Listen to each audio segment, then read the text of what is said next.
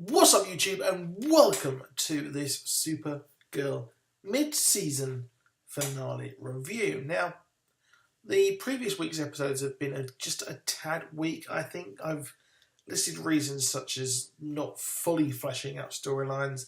We're not getting to see what we had in the first season, which was just a lot of fun. Just fun was the spirit of the season. Just like the first season of The Flash. The Flash had a lot of fun in it, but now they're growing towards a more serious tone, which I think is letting it down somewhat because Arrow is the serious show. Flash and Supergirl should support it by being a lot of fun, but it seems like they're not going to be doing that a lot this season, unfortunately. So, obviously, Clara's going to have a huge kind of rose-tinted look at her parents, especially her father, who saved lives. But what he did was, and the rest of the Kryptonian science team, was make a huge eugenics weapon which could be used to destroy anyone without Kryptonian DNA in the event of an invasion, which is probably to use it on Daxamite, who is their mortal enemy, of course, in at least the show's mythology. That's what they're trying to get at here in the show. Now, it was a pretty decent episode. We finally saw a resolution towards Alec Danvers kind of coming out. I like the fact that this is what it should have been. This is a kind of a feeling thing where she comes out to her mother. It was handled tactfully, and then she realised, I love you, policewoman, and the policewoman was like, go on then. That bit was a bit heavy-handed, but I'm glad they kind of saw through that and they've saw through that plot line. So, maybe I'm too harsh on it. That might be actually why I didn't like it that much. Maybe I'm just being a bit too harsh on the way it was portrayed. But the rest of the episode was a lot of fun. I liked seeing Cyborg Hank Henshaw, and the actor who's playing him, whose name has just literally left my brain, it's wandered. He is doing a fantastic job of playing both dual roles, which can be a very big problem for actors. It can sometimes feel a bit weak, but as we saw on The Flash, it can be done very, very well. And it has been done very well.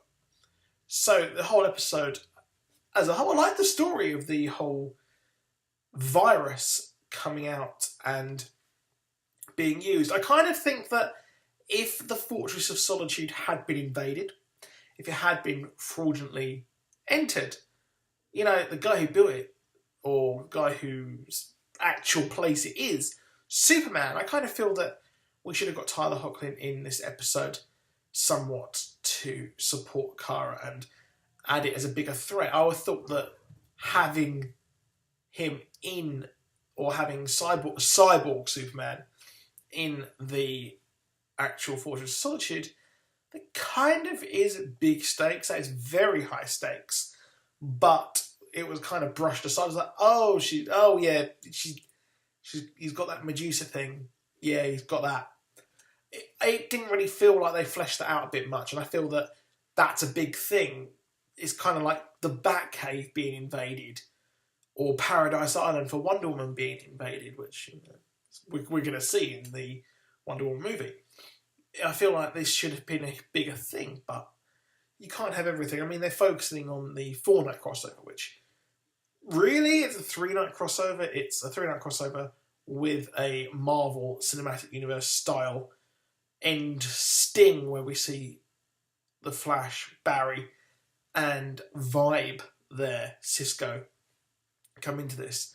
I think that having the tachyon thing, the breach, so to speak, early on, why didn't they have the Flash turn up there? Why didn't they have him speak out and have it as a mystery of them trying to work out what's going on? That would have been a better story. But I understand that this is the mid-season finale for Supergirl, and they kind of need to wrap up plot lines with Mon-El and Kara. That annoyed me. Why do they keep giving Kara a romance storyline? Can't she just, be a Supergirl? Can't she just be a superhero without having to have a romance plotline? It just feels very tacked on. It's like, oh, yeah, because, it's there. It just doesn't feel, I don't feel that those two characters have had any chemistry. They don't have that kind of chemistry to fit. If anything, it should be a science bro mate who fancied her in the first season, who she should have got with, and should have had a kind of Iris Barry storyline. Will they, won't they? That would have been a lot better, which I guess they're trying to give it high stakes, give Kara someone to care about, make her care about Mon-El, while we have this spaceship looking for Mon-El. So, who are they? Well, I was like, are they the Dominators? Are they coming in?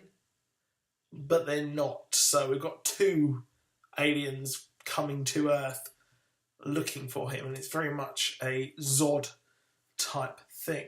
Now, one thing I did like about this and the previous episode is we got the mystery about Lena Luthor.